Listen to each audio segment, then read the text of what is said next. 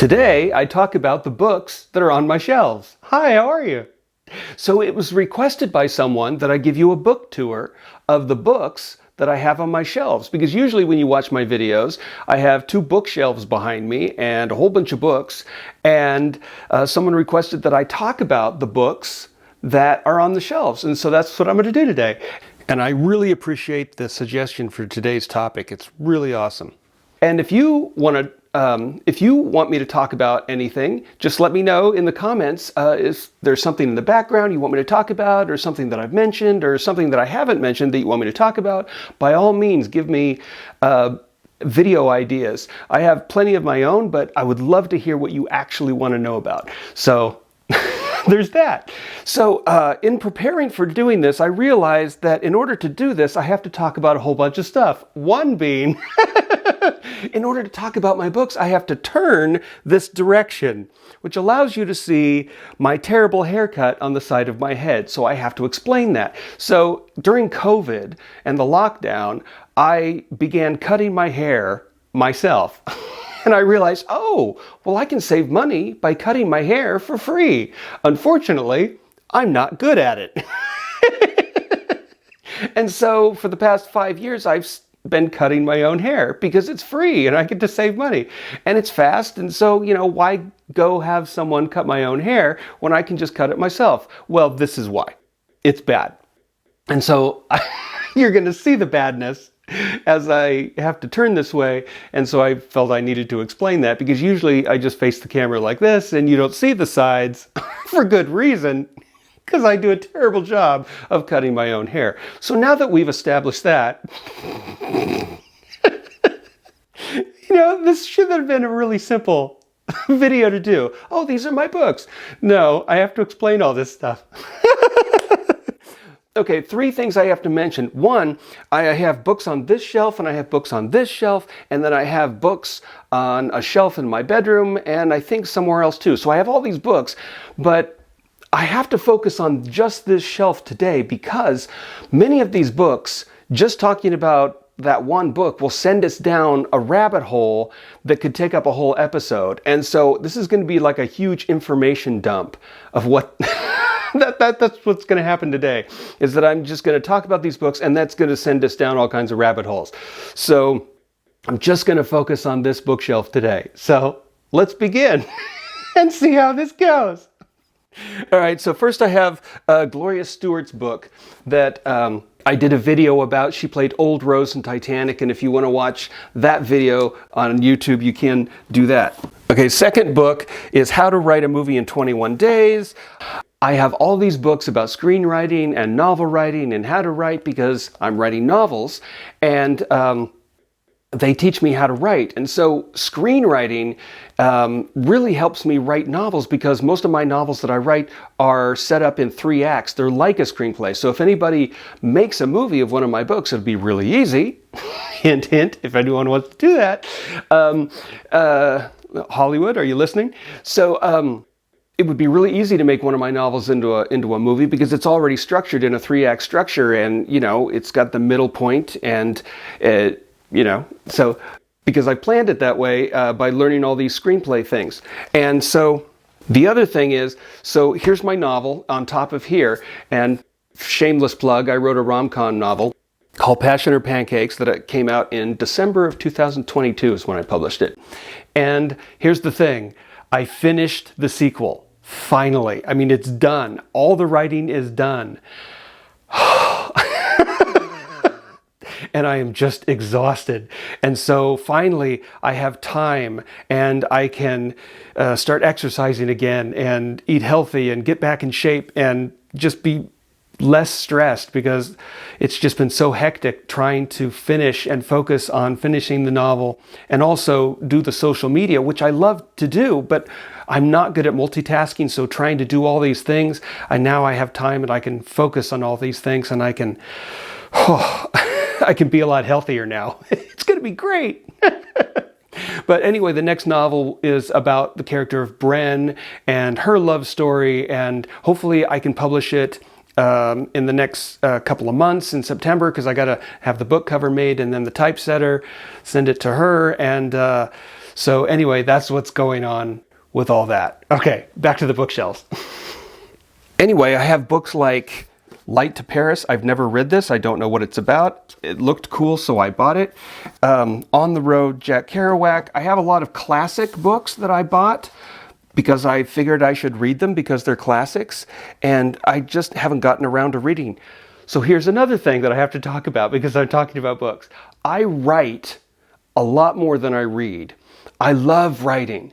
I don't necessarily like reading. I like reading information books. I love getting information. I don't necessarily like reading storybooks. I start and I get into it. My attention span is not good enough to just go through an entire book cover to cover. Thinking about the books that I've read cover to cover, there's like maybe 10 in my entire life that I've actually read cover to cover.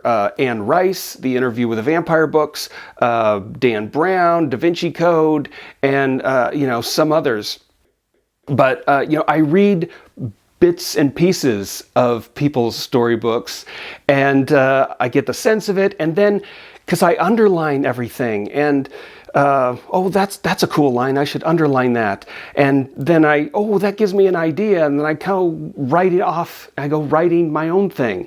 And so I don't have the attention span to read a lot of other people's books. And so that's why a lot of these books I haven't read yet, or I've read parts of these books. Okay. It should be so simple, just talking about books, but it gets me talking about, I told you, this is like, would go down rabbit holes. All right, let's continue. So I have all these books here by Alice Clayton because in my book, Passion or Pancakes, I mention Wallbanger because I wanted this to be my character Bren's favorite book. And I love the book cover on this cover. This is one of my favorite book covers for obvious reasons. It just is very simple, and it sums up what the entire book is about, and it grabs your attention. I mean, what's a better book cover than this? It's just fantastic. Anyway, there's that. Weather, I don't know what this book is about. I guess it's about the weather, but I just put it here because it has a yellow spine, and I thought it was attractive. Okay, I'm going to come back to the Tao of Physics. Actor and his text. This is one of the books that I read in college when I was training to be an actor, and when we took a trip to London, which I will show you the pictures of in a future episode, because my college class went to London and spent a month watching Shakespeare plays, and this is one of the books that they recommended that we read to learn how to speak Shakespeare and iambic pentameter and stuff like that. Again, another book about screenwriting. This is one of the best I've read. 4 screenplays by Syd Field. Any book by Syd Field is a fantastic help to writers and screenwriters. Syd Field is one of the best. He explains how to write a screenplay really well, and it analyzes 4 movies, Thelma and Louise, Terminator 2, Silence of the Lambs, and Dances with Wolves, why they work, and it's just a fantastic book. And it really helped me learn how to structure a book. Okay. Maybe we'll only get to one shelf today. I don't know. Because it's sending me down rabbit holes. Okay. The Tao of Physics. Here's the thing. When I was mid to late 20s, I got obsessed with knowing what life was all about. Who are we? Who am I? Why are we here? What is life all about? I had to answer all these metaphysical questions. I just could not go on with the rest of my life not knowing.